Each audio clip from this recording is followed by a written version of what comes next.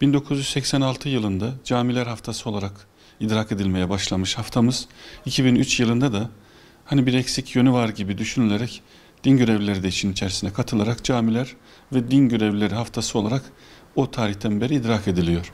Çok da güzel de oldu. Özellikle bugünlerde bunu çok daha fazla idrak ediyoruz. Neden? Allah'ın bize imtihan için göndermiş olduğu, İnşallah dersler almamız gereken bu korona virüs sebebiyle üzgünüz, biraz mahzunuz. Camilerimizdeki cemaat sayımızın azalmış olması, toplumumuzda dini hayatın sekteye uğramış olması bizi son derece üzüyor.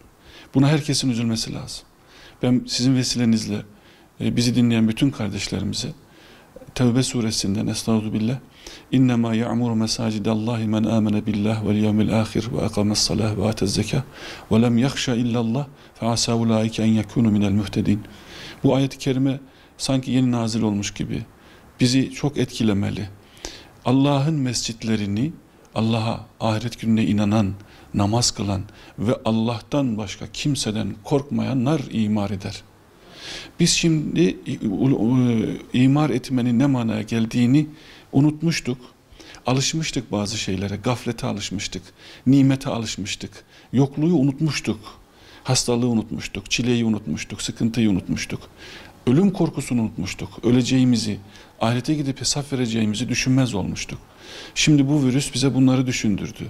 Ve bugün bu hafta biz bu manadaki bizim hayatımızın en etkin unsuru camilerimizi yeniden imar etmek durumundayız.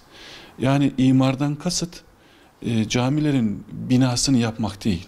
İmardan kastımız Peygamberimiz Aleyhisselatü Vesselam'ın mescidi nasıl imar edildiyse, o nasıl bir fonksiyon işlediyse aynısını bizim yapmamız lazım. Bugün buna ihtiyacımız var bizim.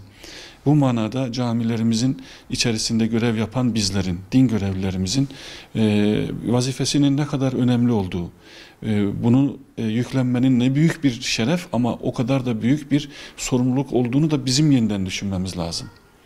Bir din görevlisi, camisi hepimiz, hep bu derdi, uykularımızı kaçırmalı. Ben peygamberimize ne kadar benziyorum? Onun varisi olarak. El-ulemâ verasetül enbiya. Madem ki Allahu Teala bana mihrabı nasip etmiş, ben o mihrabın sahibinin varisiysem ben hangi ahlakım ona benziyor? Özellikle yürekleri, dertleri ihya etme, imar etme adına ben neler yapıyorum? Efendimizin cami mescidinde hastalar bile bakılırdı. Dertli yürekler, çıkmaza girmiş olanlar Efendimizin mescidinde hayat bulurlardı. İnsanlar oranın, mescidin, şehrin ruhu olduğuna inanırlardı. Ve o yüzden de Anadolu'da veya İslam ülkelerinin tamamında tarih boyunca bir yerleşim merkezi yapılacaksa önce oraya mescit yapılırdı. Onunla hayat bulurdu o şehir. Son yıllarda yaşamış olduğumuz güya modern dünyada modern olarak her şeye ulaştık, bilgiye ulaştık, teknolojiye ulaştık ama sadeliğimizi yitirdik. Huzuru arıyoruz. Ve aradıkça da batıyoruz çünkü yanlış yerlerde arıyoruz. Mescidin ana ruhunda aramamız icap ediyor ve bizim de mescidi yeniden canlandırmamız icap ediyor. Bu manada din görevlisi kardeşlerimize de iş düşüyor. Onlar da peygamber varisidirler. Onlara saygı duyuyoruz. Onları çok seviyoruz. Allah ömürlerini uzun eylesin. Görevlerinin başında olanların dertlerini artırsın. Topluma daha fazla neler yapabilirim düşüncesini artırsın. Bir taraftan da insanımızın din görevlilerine, din alimlerine itibarlarını daha da artırsınlar. Bakın bugün Türkiye'mizde bile Süryani olduğu halde, Hristiyan olduğu halde, ondan sonra Yahudi olduğu halde, başka dinlerin mensubu olduğu halde bu bizim güzel insanlarımız din adamlarıdır diye başka din mensubu olanlara bile kendi din adamlarına gösterdikleri saygıyı gösteriyorlar. Ama biz de istiyoruz ki artık bizim toplumumuz da kendi din adamlarının kıymetini bilsin. Din adamlarımız da kendi kıymetlerini bilsin. Herkes kendine yakışanı yapsın lütfen. Ama toplumumuz da burada biz mesaj, yani bizim din adamlarımız daha iyi olsun diye gayret etmeli. Ya benim çocuğum hiç olmazsa İmam Hatip'e gitsin, hiç olmazsa medreseye gitsin, hiç olmazsa işte hafız olsun. Bu çok ayıp bir şey. Bunu ben üzülerek söylüyorum. Bir inanan insan bunu söylememeli. Türkiye'de ilk 1000'e, ilk 2000'e girmiş bir çocuk niye ilahiyat fakültesine gitsin, kendini zayi etsin, niye gitsin hafız olsun diye bizim kendi dindar insanlarımızdan, zaman zaman bu eğitimi veren işte insanlarımızdan duyuyoruz.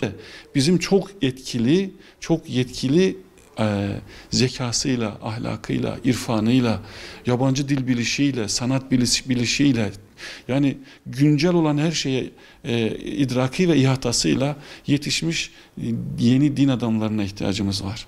Bunun için de bizim toplum olarak hiç olmazsa gitsin medreseye bu dememeli. Medreseye giden insan mübarektir. Medreseye giden insan zekidir. Kur'an kursuna giden zekidir. Allah'ın ehli olma adayıdır. Dolayısıyla bunda en zekilerimiz din adamı olmalı. En kabiliyetli olanlarımız din adamı olmalı ki toplum onların peşinden doğru yürüyebilsin. Bugün biz bunu yaşıyoruz değil mi?